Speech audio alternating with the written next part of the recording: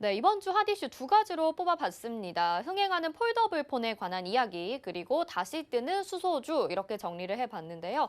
먼저 폴더블 폰부터 이야기 나눠볼 텐데 샘플러스 최충성 위원님 인사드려보도록 하겠습니다. 안녕하세요. 안녕하세요. 네. 앞에서 보셨잖아요. 지금 네. 폴더블 폰 관련주부터 먼저 이야기를 좀 해볼 텐데 폴더블 폰에 대한 관심이 좀 심상치가 않은 것 같아요. 예전부터 있긴 했었는데 이번에 더욱더 흥행을 누리게 되면서 뭐 지금 삼성전자가 점유율 1위를 차지를 하고 있고 중국에서 대기자가 100만 명이 넘는다고 합니다. 이 인기의 요인, 특별히 또 이번에 더 떠오르게 되는 이유가 무엇인지 그리고 지금 삼성전자의 주가도 조금씩 회복이 되고 있는데 이 영향이라는 이야기도 있거든요. 어떻게 보시나요? 네, 일단 폴더블폰 관련해서는 뭐 기존에도 사실 나왔던 거예요. 뭐 새로운 것은 아니나 일단 신작에 대한 그런 기대감도 어느 정도 나왔고, 저번에 폴더블폰이 나왔을 때 거의 뭐 초기 모델이죠. 사실 초기 모델은 그렇게 이쁜 경우가 많지 않은데 이번에는 색깔도 좀 다양하고 조금 뭐랄까요? 예전에 삼성전자 핸드폰을 좀 생각을 해 본다면 조금 아저씨들이 쓰는 그런 폰이다라고 좀 이야기가 많았거든요. 굉장히 좀 뭐랄까요? 투박한 이미지, 디자인을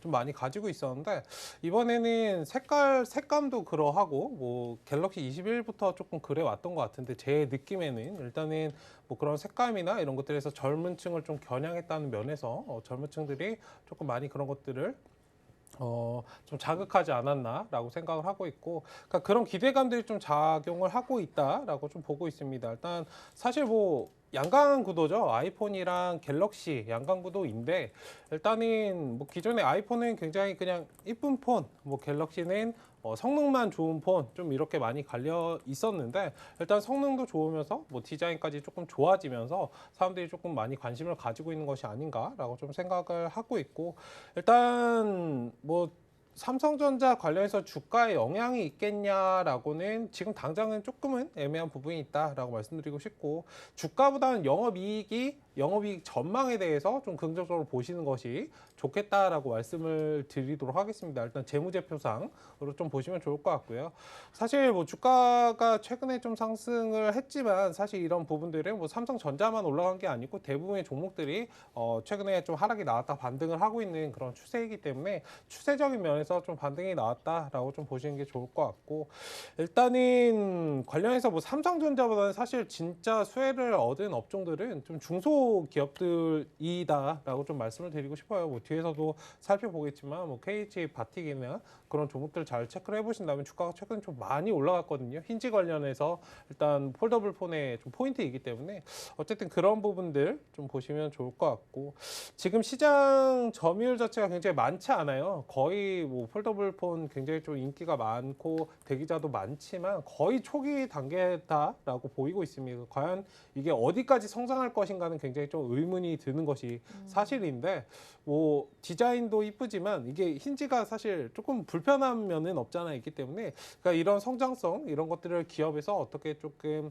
다듬어서 재출시를 하고 사람들이 이걸 어떻게 좀 받아들일까에 사실 포인트가 있기 때문에 조금 멀리 지켜보시고 그런 것들을 좀 보완해 줄 수 있는 그런 기업들을 찾아보시면 오히려 좋겠다라고 말씀을 드리겠습니다. 네.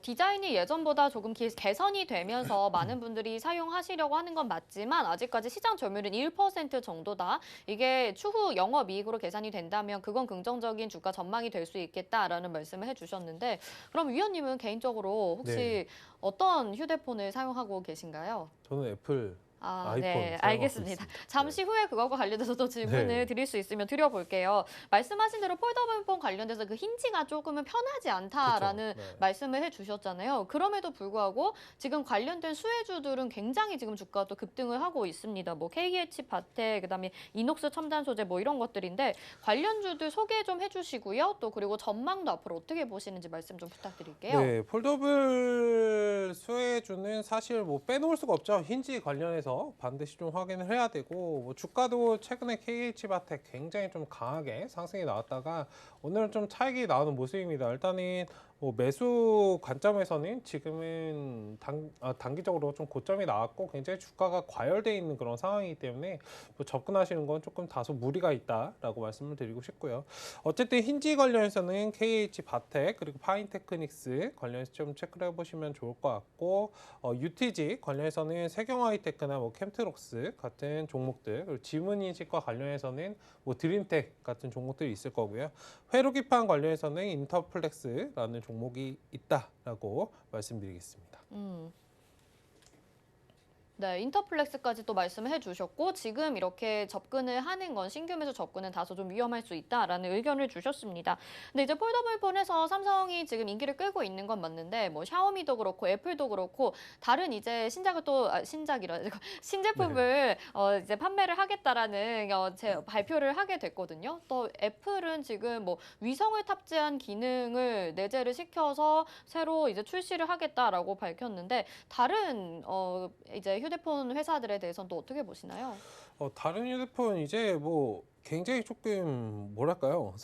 저는 사실 핸드폰의 성장 가능성은 좀 예전에 좀 많이 과열이 돼서 거의 끝났다라고 보고 있기 때문에 그러니까 조금 더 좋은 기능 사실 우리가 쓰는 기능들은 굉장히 한정되어 있는데 네. 굳이 뭐 위성이나 이런 걸 탑재한다 그래서 뭐 주가 자체에 뭔가 그런 것들을 좀 심었기 때문에 그런 기업들의 영업이익 자체는 뭔가 개선이 될 수 있겠지만 실질적으로 우리가 활용하는 측면에서는 어디까지 갈 수 있을까에 대해서는 굉장히 좀 의문점이고 사실 뭐 스마트폰 관련주들을 잘 체크를 해보신다면 단기성으로 그러니까 예전 같은 경우에는 뭔가 그냥 핸드폰이 뭔가 출시가 됐다 하면 관련주들이 굉장히 좀 많이 올라가는 모습을 보였는데 최근에 한동안은 뭐 폴더블폰 지금 나오기 전에는 조금 뭐랄까요?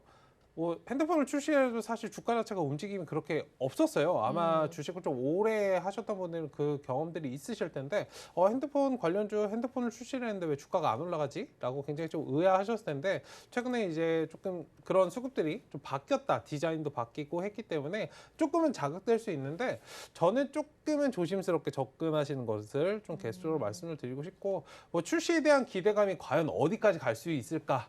에 대해서는 계속 좀 인지를 하시고 조금은 단기적으로 항상 접근하시고 그다음에 좀 빠져나오시는 그런 전략으로 좀 탄력적으로 보셨으면 좋겠습니다. 항상 이런 뭐 기대감이 상승할 수도 있지만 이런 것들이 좀 거품이 꺼지게 되면 나중에 이제 주가 자체가 좀 밑에서 형성이 되기 때문에 그런 부분을 좀 참고하시면 좋을 것 같다라고 말씀드리겠습니다. 네. 이미 기술이 발달된 만큼은 발달됐다라는 말씀을 해주신 것 같아요. 그래서 신규로 접근하시기에는 지금 좀 위험한 부담감이 있다. 다른 모멘텀이 이제 나타날 때까지 또 기다려봐야 될 타이밍이 아닌가라는 생각이 듭니다. 이번에는 폴더블폰 관련주 이야기를 했으니까요. 수소 관련주 이야기를 네. 해보려고 합니다. 이번 주에 또 정부에서 빅3 산업에 수소를 포함을 시켰고 이제 제네시스죠. 현대차 이제 고급 브랜드라고 할 수도 있는데 2025년부터는 수소 전기차만 판매를 하겠다라고 또 발표를 했어요. 수소 쪽이 탄력을 받을 것 같은데 앞으로 전망 어떻게 보시나요? 네, 일단 수소 관련해서는 뭐 아직도 저는 그런 생각이 좀 변함이 없는데 수소차라는 거 굉장히 좀 꿈의 차이다라고 계속 좀 말씀을 드리고 싶어요. 사실 뭐 25년부터 뭐 수소차 전기차만 판매한다라고 했습니다만 과연 한국 사람들이 우리나라 사람들이 좀 그런 것들을 좀 잘 받아들일 수 있을까? 굉장히 좀 뭐랄까요? 유럽이나 중국 같은 경우는 아예 그냥 법제화를 해버려요. 그러니까 몇 프로 이상은 무조건 이걸 타야 된다라고 아예 법으로 그냥 지정을 해버리는데 과연 우리도 법제화를 한다고 해서 법제화가 잘 진행이 되기도 조금은 어려울 뿐더러 사람들이 그걸 받아들이는 인식 자체가 조금은 아무래도 굉장히 좀 뭐 환경적인 측면에서 생각하는 건 좋은데, 그러니까 우리가 일상생활 하는 데 있어서는 조금은 불편한 면이 없잖아 있거든요. 어쨌든 그런 부분에서 실질적으로 계속적으로 진행이 될 수 있을까는 조금은 의아하다라고 말씀을 드리고 싶고 어쨌든 수소 관련해서는 뭐 수소차, 수소 충전소 관련해서 제가 수소 관련해서는 계속적으로 좀 꿈의 차이다라고 말씀드린 부분이 사실 수소는 저장 탱크 자체가 굉장히 좀 리스크가 큽니다. 위험이 어마어마해요. 어쨌든 그런 일반적으로 우리가 알고 있는 그 주유소에서 뭐 휘발유나 뭐 디젤이나 이런 것들 하는 그런 주유소와는 다르게 부지도 굉장히 많이 필요하고 왜냐면 이게 자칫 잘못해서 폭발이 됐을 때 리스크가 굉장히 크기 때문에 일반적으로 도시에서 뭐 지을 수가 없거든요. 사실상 뭐 강남 이런 데서는 지을 수가 없습니다. 일단은 어쨌든 그런 부분에서 좀 이런 연료 저장 탱크나 이런 기술들이 많이 발전을 해야 될 것이고 그 부분에서 사실 수소 관련해서는 좀 해법이 있을 것이고 그것을 어떻게 하느냐에 따라서 시간 단축이 될 것이냐 아니면 좀 늘어날 것이냐가 되기 때문에 어쨌든 급하게 뭐 수소 관련해서 지금 뭐 나왔으니까 주가가 뭐 지금 당장은 반응을 받을 수 있겠습니다만 일단 중장기적으로 조금은 바라보실 필요가 있다라고 말씀을 드리도록 하겠습니다. 일단 당장으로 봤을 때는 조금은 위험 부담감이 있는 게 사실이지만 뭐 그저께였죠. 일진하이솔루스 굉장히 상장하자마자 급등 보이고 일진 그룹주들도 덩달아서 상승을 했고 앞에 화면에서 잠깐 보셨다시피 7일과 8일에 이제 수소 관련 일정들이 준비가 되어 있습니다. 7일에 현대자동차 그룹에서 수소 사업 행사를 하게 되고요. 또 8일에는 현대차, SK, 포스코, 한화 등에서 수소 기업 협의체를 출범을 하게 됩니다. 이렇게 기업들이 또 발빠르게 대응에 나서고 있으니까 지금도 수소 관련해서 위원님도 중장기적으로 봤을 때는 괜찮을 것 같다라는 말씀을 해주셨거든요. 지금 신규 접근은 어떻게 보시나요? 지금 신규 접근은 조금은 주의하시는 게 좋다라고 말씀드리고 싶고 사실 이런 것들은 뭐 기존에 제가 작년부터 사실 이런 부분들 수소 관련해서는 좀 많이 말씀을 드렸었어요. 상대적으로 작년에 뭐 아시겠지만 풍력 관련주 그리고 태양열 관련해서는 계속 올라갔는데 상대적으로 수소는 굉장히 좀 주목을 받지 못했거든요. 사실 네.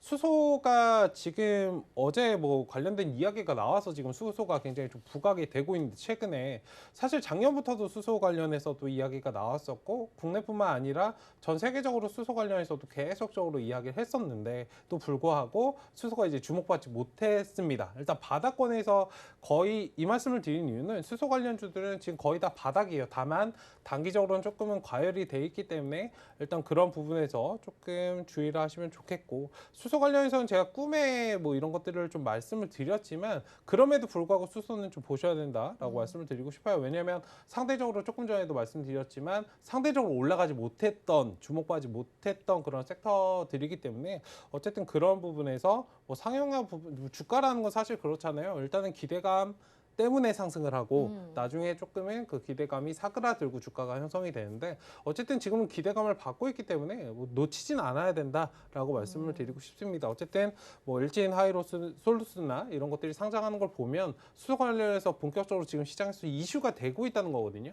무언가 그런 섹터군이 상장을 그 시점에서 한다는 건 굉장히 좀 주목받는 거예요. 사실 이 종목이 상장을 해서 그 섹터를 보는 게 아니고 지금 글로벌적으로 아니면 국내에서도 이런 것들이 부각이 되고 있기 때문에 상장을 하고 있다. 뭐 최근에 카카오뱅크도 아마 느끼셨을 겁니다. 크래프톤도 마찬가지이고 어쨌든 그런 흐름에서 보시면 뭐 굉장히 성장성은 무한하고 크다라고 좀 정리해서 말씀드리겠습니다.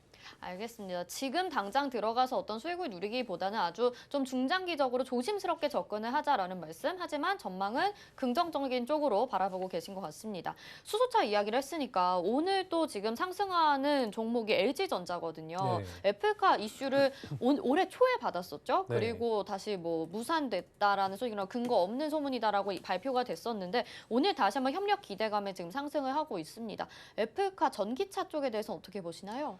뭐 수소차냐 전기차냐 하면은 사실 기본적으로 우리가 실질적으로 지금 전기차가 다니고 있고 안정적으로 투자한다면 사실 전기차예요. 다만 상승폭 자체로 본다면 수소차를 보시는 게 좋다라고 말씀을 드리고 싶고 왜냐면 전기차 관련해서 지금 모르시는 분들 없고 거의 작년에도 많이 올라왔잖아요. 2차 전지 관련해서 모르시는 분들도 없을 거고 배터리를 봐야 되고 알루미늄을 봐야 되고 이런 것들을 다 알고 계실 거기 때문에 어쨌든 2차 전지 관련해서는 그냥 안전 투자 정도로 좀 생각을 해보시고 만약에 나는 안전 투자보다는 좀 수익성 그리고 기대감에 조금 베팅을 해보겠다라고 하시면 수소를 보시는 게 많고요. 네.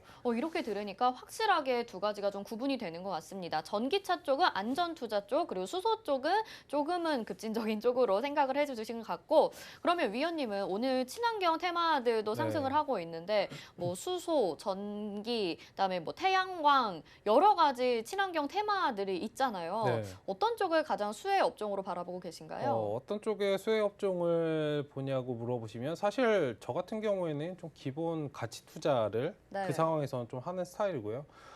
그 주가가 형성이 될 때 뭔가 상승을 받을 때 내가 뭔가 반사적인 이익을 받을 때 내가 특정 섹터에 머물러 있으면 사실 여기가 올라가면 내 주가는 올라가게 될 것이고 상대적으로 여기가 주목을 받지 못하고 다른 섹터가 올라가면 내 주가는 떨어질 거거든요. 이거를 방지하기 위해서 오히려 뭐 폐기물 관련된 그런 부분들을 좀 보시면 상대적으로 조금은 새 섹터에서 다 수혜를 좀 볼 수 있지 않을까. 다만 가는 과정들은 좀 답답할 수 있어요. 근데 폐기물 관련해서 뭐 ESG 펀드나 이런 것들도 최근에 많이 구성이 되고 있고 친환경 관련해서 오히려 좀 반대 방향을 바라보신다면 분명히 그에 대한 답이 있고 성장성이나 굉장히 크게 주가도 올라갈 수 있다라고 좀 말씀을 드리도록 하겠습니다. 네. 알겠습니다. 자, 장기적으로 좀 가치가 있는 쪽으로 바라보자라는 말씀을 해주셨습니다. 자, 그러면 이제 또 다음 내용을 좀 살펴볼까 합니다. 이제 굵직한 IPO 일정들도 또 바빠질 예정인데요. 현대중공업이 이제 IPO를 앞두고 있습니다. 현대중공업 어떤 기업인지 좀 설명 자세하게 부탁드릴게요. 네, 현대중공업 관련해서는 뭐 다 알고 계실 만한 그런 기업이고 하기 때문에 일단 이번에는 친환경 선박 수소 인프라에 뭐 7,600억을 좀 투자하겠다라고 하고 있고 뭐 우리 사주 사전 청약 뭐 초과 신청도 했다라고 얘기가 나오고 있어요. 일단은 미래 핵심 3대 산업으로 일단 친환경 미래 선박 기술을 좀 개발하겠다. 그리고 스마트 조선소를 좀 구축하겠다. 해상 수소 인프라 투자를 하겠다라고 일단 이야기가 나오고 있는데 뭐 이번 달에 상장을 하죠. 상장 예정일은 16일이고 일단 청약은 7일부터 8일까지 일단은 진행을 하는 그런 부분들이 있습니다. 네. 네, 현대중공업에 대해서 살펴봤고 또 한 가지 종목이 지금 SK 리츠입니다. 리츠 관련된 종목 중에서 지금 아마 경쟁률이 552대 1이라서 역대 리츠 종목 중에 가장 높은 경쟁률을 기록을 했다고 하더라고요. 이 리츠가 무엇이고 SK 리츠의 경쟁력, 매력은 무엇인지 또 말씀 부탁드릴게요. 네, 리츠는 뭐 쉽게 부동산 투자 회사이다라고 좀 생각을 해보시면 좋을 것 같고요. 투자자들에게 이제 자금을 모아서 뭐 배당 형식으로 주거나 그런 시세 차익을 좀 노리는 그런 것들이 있어요. 어쨌든 내가 직접적으로 부동산을 투자하려면 사실 많은 돈이 필요하기 때문에 일단 투자자들을 모아서 돈을 쪼개서 이제 건물을 빌딩을 매입을 하거나 일단 그런 시스템이다라고 생각을 좀 해보시면 좋을 것 같고 어쨌든 최근에 부동산 시장이 굉장히 좀 급등이 많이 됐죠. 뭐 정책적인 부분도 있을 것이고 뭐 유동성 장에서 일단 특성이기 때문에 일단은 부동산 이런 부분들 계속적으로 좀 많이 관심을 가지고 있는 상태이고 뭐 증시가 지금 굉장히 좀 불안정한 상태이잖아요. 그러니까 오히려 안전자산인 그리고 화폐 가치도 지금 떨어지고 있기 때문에 화폐 가치가 떨어지면 사실 자산 가치가 이렇게 올라가는 측면이 있어서 오히려 리츠 투자가 지금 투자자들에게 굉장히 좀 메리트가 있는 그런 상품으로 느껴지시는 것이 아닐까라고 좀 보이고 있고 장기적인 투자하시는 분들에게 조금은 어울리는 그런 상품이다라고 좀 설명을 드리겠습니다. 네,